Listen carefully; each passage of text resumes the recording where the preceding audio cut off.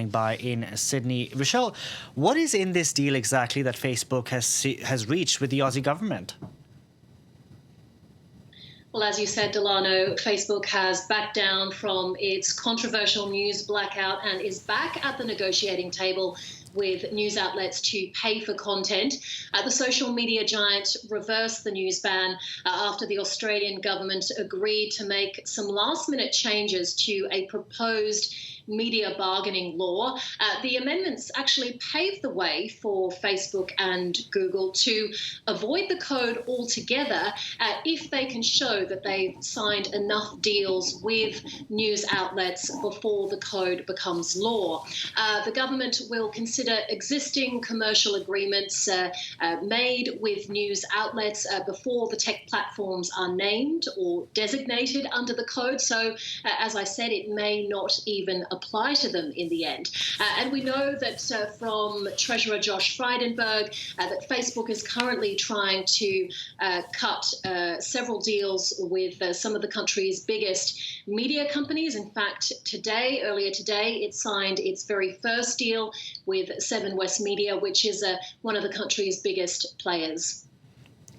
And Rochelle, is this a win-win for both sides? Because it sounds like a win for the tech giants like Facebook.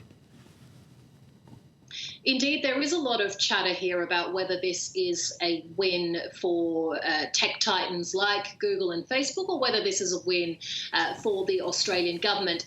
Facebook said it would restore news in the coming days, but it also indicated that it would be prepared to restore a news ban again if in the future if it came to it.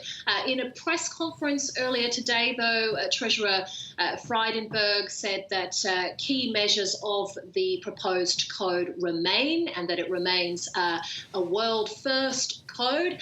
That said, the president of the MEAA Journalist Association, or Journalist Union rather, Marcus Strom, said in a statement today, we face the strange possibility that the news media mandatory code could be passed by Parliament and it applies to absolutely no one. It will just sit in the Treasurer's drawer and as a threat. He also said that any code should be mandatory, uniform, predictable and fair, not at the whim of technology executives. So from this viewpoint, you could say that Australia is bending to big tech's demands and that the country has caved in. Rochelle, thank you very much for that. Rochelle Harrison-Pless reporting there for us from Sydney.